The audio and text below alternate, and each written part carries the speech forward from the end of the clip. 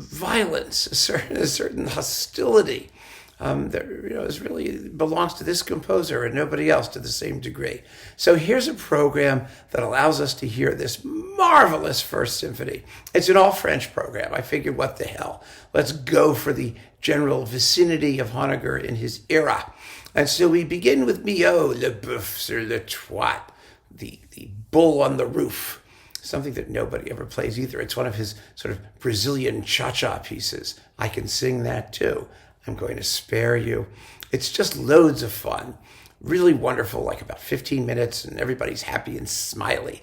Then comes the concerto, Poulenc, the concert Champetre, the concerto for harpsichord and orchestra. I adore this piece. Talk about tunes. Oh my God, it has the most wonderful tunes.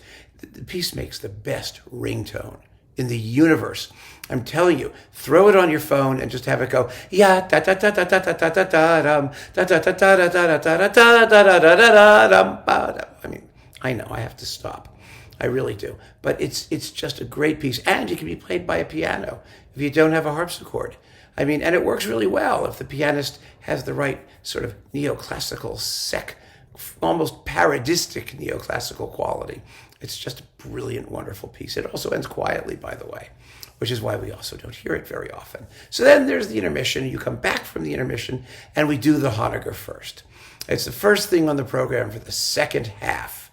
And it works really well right there because you just dig into it. It's vital and vibrant, but it ends quietly, and the audience scratches its head and says, "Oh no, not a quiet ending after that zippy beginning and only 20 minutes, and we have to go home and we're not getting our money's worth." And so I'm going to give them their money's worth. We're going to wrap it up with Satie's Parade, another work, famous piece. You'd never hear it in concert.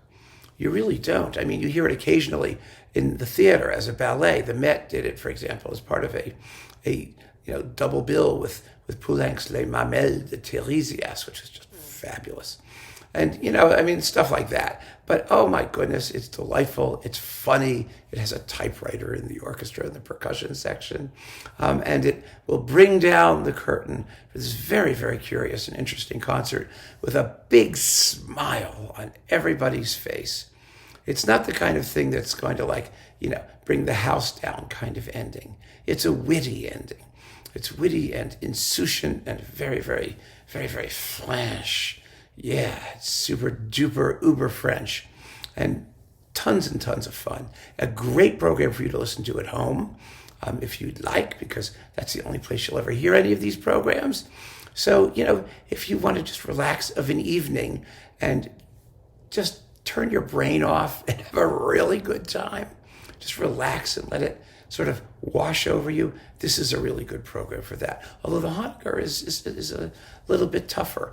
But in this context, I think it will have the seriousness and weight that it deserves without being overwhelmed or made to seem too small or insignificant, because it's not. It really isn't. But the context is everything.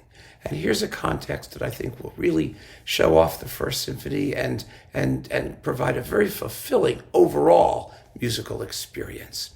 So keep on listening, friends. Thanks for joining me. Take care.